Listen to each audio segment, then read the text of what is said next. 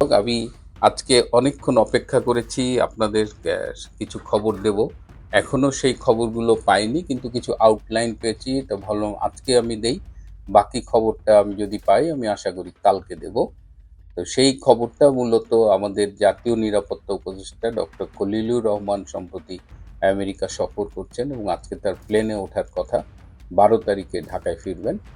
তো তিনি মিটিং করেছেন আ আমেরিকার বৃহস্পতিবার এবং শুক্রবার, এই ২ দিন তিনি অনেকগুলো মিটিং করেছেন। এর মধ্যে আবার বাংলাদেশে যে নবনিযুক্ত মার্কিন রাষ্ট্রদূত ব্রেন্ট ক্রিস্টেনসেন, তার শপথ গ্রহণ অনুষ্ঠানেও ডক্টর খলিল উপস্থিত ছিলেন। এই মিটিংয়ের, এই সফরের ডিটেইলস আমার পাওয়ার কথা। কিছু আমি আগে আপনাদের পরশুদিন হিন্টস দিয়েছিলাম। কিন্তু আজকে আমি যত রাতই হোক আশা করি পাবো। আমি যতটুক পেয়েছি সেটা নিয়ে আমি একটু কথা বলবো যে এই মিটিংগুলোতে মূলত ডক্টর খলিলুর রহমান যে মিটিংয়ে যান, এখানে তাকে প্রচুর প্রশ্ন করা হয় এবং তিনি মোটামুটি এক ধরনের একজন আসামির কাঠগড়ায় যেভাবে দাঁড়ায় সেভাবেই তিনি এই প্রশ্ন উত্তরগুলো দেন। ট্রাম্প প্রশাসন ডক্টর ইউনূসের নানান কার্যকলাপে বিরক্ত। এখানে খেয়াল রাখবেন যে আমেরিকান যত স্বার্থ, আমেরিকা কিন্তু এই যে বাণিজ্য ঘাটতি কমানোর নামে আমাদের অতিরিক্ত দামে গম গছায় দিছে।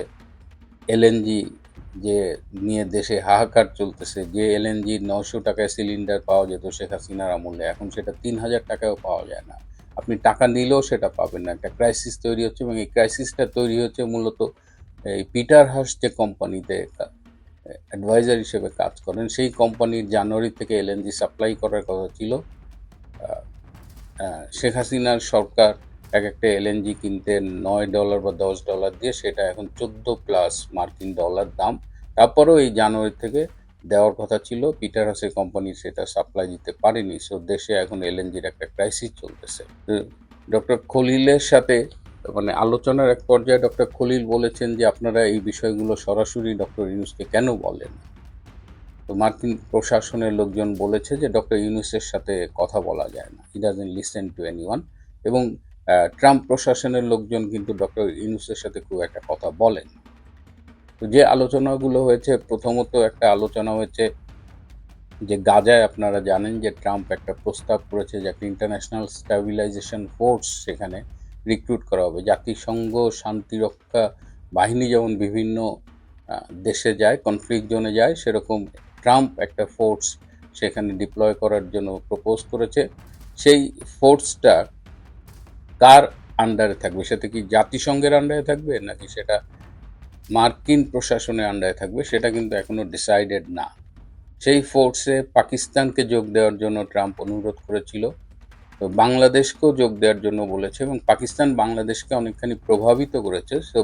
সেই ইন্টারন্যাশনাল স্ট্যাবিলাইজেশন ফোর্সে বাংলাদেশ সেনা সদস্যরা যাবেন। সেই ফোর্সের কাজ কি হবে? স্বভাবতই আইন শৃঙ্খলা রক্ষা কাজ হবে। গাজার যে পুনর্গঠন, সেখানে তারা হেল্প করবে। জনগণের জীবনযাপন স্বাভাবিক করার ব্যাপারে তারা হেল্প করবে। সেখানে যেসব সন্ত্রাসী গোষ্ঠীরা আছে তাদের নিরস্ত্রীকরণে কাজ করবে। একটু খোলামেলাভাবে বললে হলো যে এই বাহিনীতে হামাসের বিরুদ্ধেও কাজ করবে বলে আমরা ধারণা করছি। যদিও এদের টার্মস অফ রেফারেন্স, কর্মপরিধি এগুলো এখনও সবই অস্পষ্ট, কিন্তু বাংলাদেশ সেখানে যাচ্ছে। সো বাংলাদেশের এই অংশগ্রহণ নিয়ে মুসলিম বিশ্বে কি প্রতিক্রিয়া হবে সেটা এখনো নিশ্চিত না। সুতরাং এই মুহূর্তে একটা বিতর্কিত পদক্ষেপ নিচ্ছে এবং সেখানে বাংলাদেশের পক্ষে ডক্টর খলিলকে এটা বলা হয়েছে। খলিল এটা অ্যাগ্রি করেছে যে বাংলাদেশ ফোর্স পাঠাবে। ডক্টর খলিলকে তিনি প্রথম দিন বৃহস্পতিবার মূলত ট্যারিফ কমানোর জন্য আলোচনা করছিলেন। তো মার্কিন প্রশাসনের পক্ষ থেকে বলা হয়েছে যে এই মুহূর্তে ট্যারিফ কমানোর সম্ভাবনা খুব কম, but they took a note of it. কিন্তু সেই সময় ডক্টর খলিলের হাতে একটা লিস্ট ধরিয়ে দেওয়া হয়েছে, ৫,১৪৬ জনের একটা লিস্ট। এই বাঙালিরা বর্তমানে আমেরিকায় অবৈধভাবে অবস্থান করছে এবং এদের খুব তাড়াতাড়ি বাংলাদেশে ফেরত পাঠানো হবে। এই তালিকাটি ডক্টর খলিলের কাছে দেওয়া হয়েছে। ডক্টর খলিলের সাথে মূলত 12টি পয়েন্ট নিয়ে আলোচনা হয়েছে। তার মধ্যে একটা অংশ যে এই যে সেন্ট মার্টিন নিয়ে আমরা অনেক কথা শুনেছি। সেন্ট মার্টিনের একটা অংশ যেটা 0.5 কিলোমিটারের চেয়ে একটু বেশি, সেইটা আমেরিকাকে ব্যবহারের জন্য দেয়া হবে। এবং আপনারা খেয়াল করেছেন যে সম্প্রতি আমাদের পরিবেশ উপদেষ্টা বলেছে সেন্ট মার্টিনের একটা অংশ থাকবে রেস্ট্রিক্টেড জোন, যেখানে সাধারণ মানুষ যেতে পারবে না। ধারণা করা হচ্ছে সেই অংশটাই আমেরিকানদের হাতে তুলে দেওয়া হবে। শুক্রবারে সবচেয়ে গুরুত্বপূর্ণ যে আলোচনাটা হয়েছে সেটা হলো যে বাংলাদেশে যে নির্বাচনটা হবে 12ই ফেব্রুয়ারি, সেই নির্বাচনটা কি ফর্মে হবে। আপনারা ইতিমধ্যেই দেখেছেন যে প্রেস উইংয়ের সুবাদে কিংবা আমেরিকান যে বাংলাদেশ এম্বাসি আছে সেটার সুবাদে একটা প্রেস রিলিজ আমরা দেখতে পাচ্ছি সামাজিক যোগাযোগ মাধ্যমে। যে প্রেস রিলিজে যে কন্টেন্টগুলো আছে সেটা আমাদের এরশাদের স্বৈরাচারী প্রেস নোটের কথা মনে করিয়ে দেয়। ডক্টর খলিলের সাথে কি আলোচনা হয়েছে, তিনি কি ফেস করেছেন, তার অধিকাংশ বিষয়ের কোনো রিফ্লেকশন নাই, বরং মন গড়া তথ্যে ভরপুর ওই প্রেস রিলিজ। তো ওই প্রেস রিলিজকে আমরা অবিশ্বাস করতে পারি। ট্রাম্প প্রশাসনের পক্ষ থেকে ইনক্লুসিভ নির্বাচনের জন্য আবারও প্রেশার করা হচ্ছে এবং এই যে নবনিযুক্ত রাষ্ট্রদূত উনি বাংলাদেশে পথে রওনা দিয়েছেন, হয়তো পৌঁছেও গেছেন কিংবা যাবেন। তিনি বাংলাদেশে এসে বিভিন্ন রাজনৈতিক দলের সাথে মিটিং করবেন।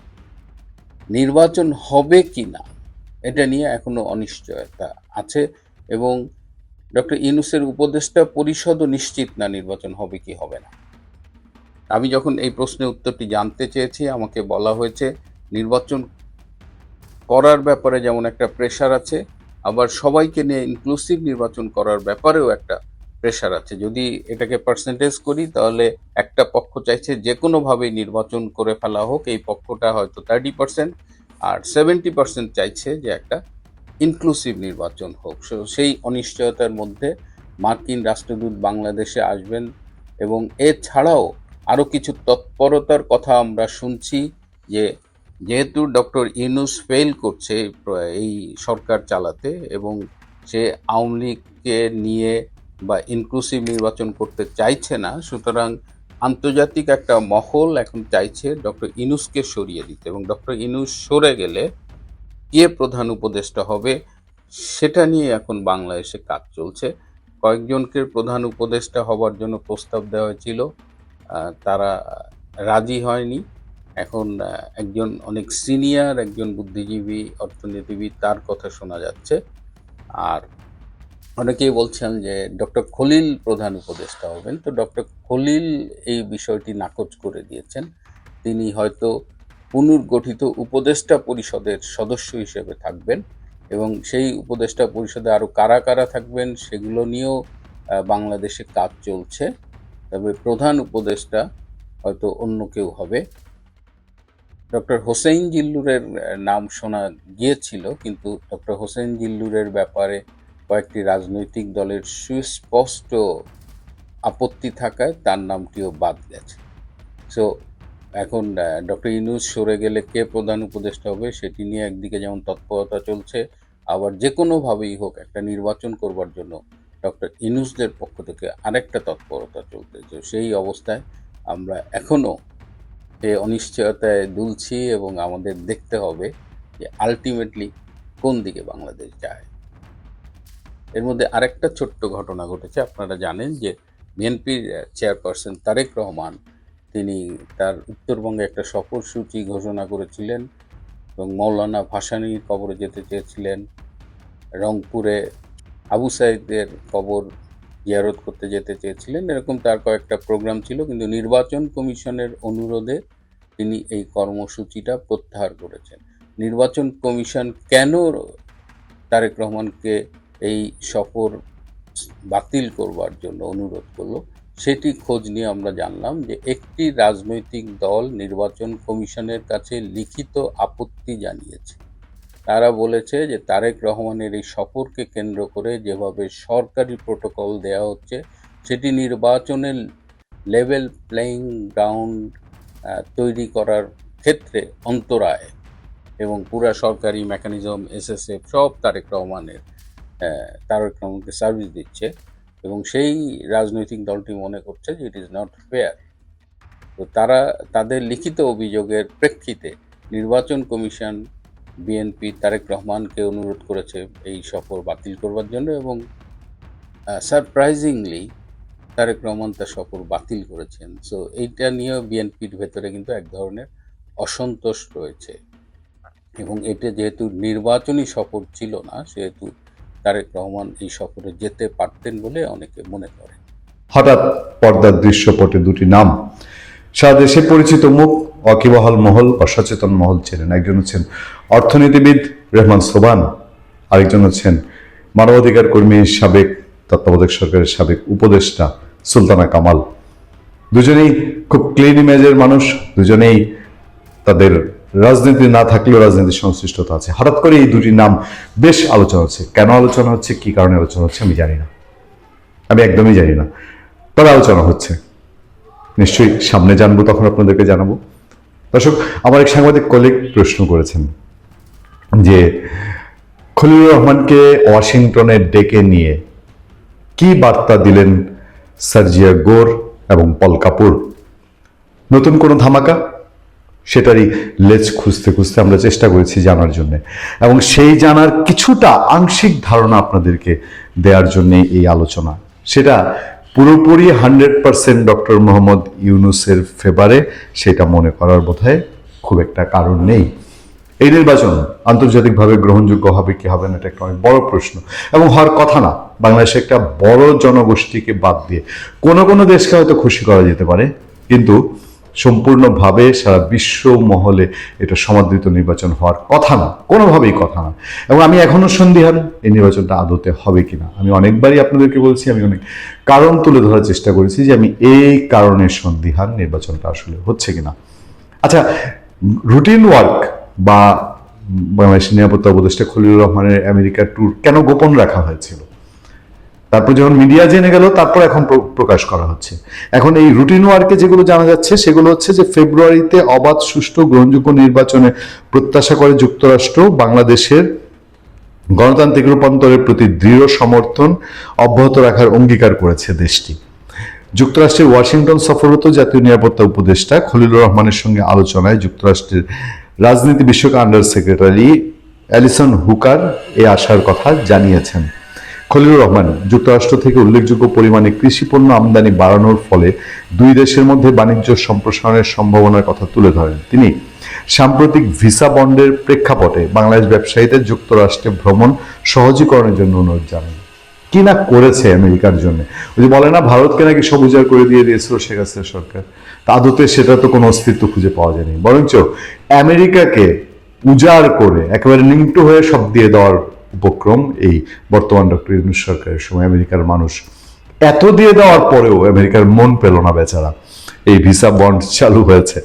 সম্ভব হলে স্বল্পমেয়াদী ব্যবসায়িক B1 ভিসার ক্ষেত্রে বাংলাদেশি ব্যবসায়ীদের ভিসা বন্ড থেকে অব্যাহতি দেওয়ার বিষয়টি বিবেচনার আহ্বান জানান। মানে আপনি ভিসা চাইলে আপনাকে $15,000 দিতে হবে। $15,000 মানে প্রায় এখনকার মূল্যে 17-18 লাখ টাকা। খলিলুর রহমান গাজায় প্রস্তাবিত মোতায়েনযোগ্য আন্তর্জাতিক স্থিতিশীলতা বাহিনীর অংশ হতে নীতিগতভাবে বাংলাদেশের আগ্রহের কথা জানান। অ্যালিসন হুকার বলেন, এ গুরুত্বপূর্ণ বিষয়ে যুক্তরাষ্ট্র বাংলাদেশের সঙ্গে একযোগে কাজ করতে আগ্রহী।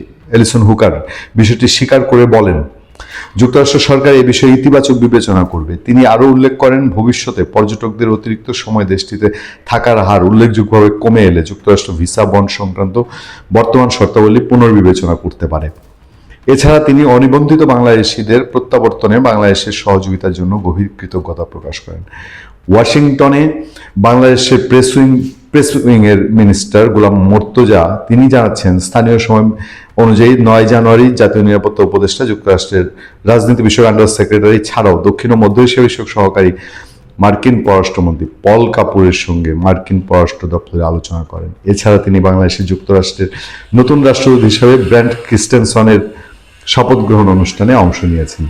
এই যে পল কাপুরের সঙ্গে বৈঠক, এই বৈঠকটার কিন্তু বিস্তারিত পত্রপত্রিকায় উঠে আসেনি। সবচেয়ে সিগনিফিক্যান্ট বৈঠকের মধ্যে একটা বৈঠক হচ্ছে পল কাপুর তাহলে কি ধরে নেওয়া যায় যে পল কাপুরের সঙ্গে যা কথা হয়েছে সব মিষ্টি বাত না, কিছু তিতা আছে? আচ্ছা, ওয়াশিংটন বাংলাদেশ সূত্র জানায় যুক্তরাষ্ট্রের রাজনীতি বিষয়ক আন্ডার সেক্রেটারি দক্ষিণ মধ্য এশিয়া বিষয়ক সহকারী পররাষ্ট্রমন্ত্রীর সঙ্গে জাতীয় নিরাপত্তা উপদেষ্টা আলোচনায় আসন্ন নির্বাচন, দুই দেশের অর্থনৈতিক ও বাণিজ্য সম্পর্ক, রোহিঙ্গা ইস্যু ও আঞ্চলিক প্রসঙ্গ এসেছে। মানে সাবজেক্টটা বলা হচ্ছে, কিন্তু নির্বাচন নিয়ে তার নিশ্চয়ই হ্যাঁ যান, সমস্ত সমর্থন দিচ্ছি, নির্বাচনটা যেভাবে আপনারা করতেছেন সেইভাবেই আপনাদের মর্জি মতো করেন। আদতে কি পল কাপুর শুধু এসব কথা বলেছেন? এলিসন হুকারের বক্তব্য জানিয়েছে যুক্তরাষ্ট্র বাংলাদেশের গণতান্ত্রিক রূপান্তরের প্রতি সমর্থন অব্যাহত এবং ফেব্রুয়ারি থেকে অবাধ সুষ্ঠু নির্বাচনের প্রত্যাশা। ইন্টারেস্টিং হলো, বাংলাদেশের পত্রপত্রিকায় যে সংবাদগুলো দেয়া হয় সেগুলোতে এই যে পল কাপুরের বৈঠক সেইটা সম্পর্কে অত বেশি আসে না। পল কাপুরের সঙ্গে পৃথক বৈঠকে খলিলুর রহমান পারস্পরিক স্বার্থ সংশ্লিষ্ট বিভিন্ন বিষয় নিয়ে আলোচনা করেন। এর মধ্যে ছিল বাংলাদেশের আসন্ন নির্বাচন, যুক্তরাষ্ট্র বাংলাদেশের দ্বিপক্ষীয় সম্পর্ক, রোহিঙ্গা সংকট, যুক্তরাষ্ট্রের ভিসা বন্ড, বাণিজ্য ও বিনিয়োগ এবং অন্যান্য আঞ্চলিক প্রসঙ্গ। এই শুধু সাবজেক্টগুলা ভাষা সাবজেক্টগুলো টাচ করে যায়। এই নিউজগুলো তো ওই প্রেস মিনিস্টার গোলাম মর্তুজা সাহেব দেন, অথবা বাংলাদেশের হাই কমিশনের সোর্সে এইটুক পর্যন্ত বের হয়। এর বাইরের খবর জানার জন্য আপনাকে চোখ রাখতে হবে ইন্টারন্যাশনাল মিডিয়া, এর বাইরের খবর জানার জন্য আপনাকে চোখ রাখতে হবে সোশ্যাল মিডিয়ায়, ব্লগারদের কাছে, সোশ্যাল মিডিয়ায় যারা আমরা কথা বলি তাদের কাছে। কারণ হচ্ছে সার্জিও গোল এবং পল কাপুর এই দুইজনের ব্যাকগ্রাউন্ড বলে যে বাংলাদেশে এখন যা হচ্ছে এটা অন্ধ সমর্থন দেওয়ার মতন ব্যাকগ্রাউন্ড বা অবস্থা এই দুই ব্যক্তির নয়।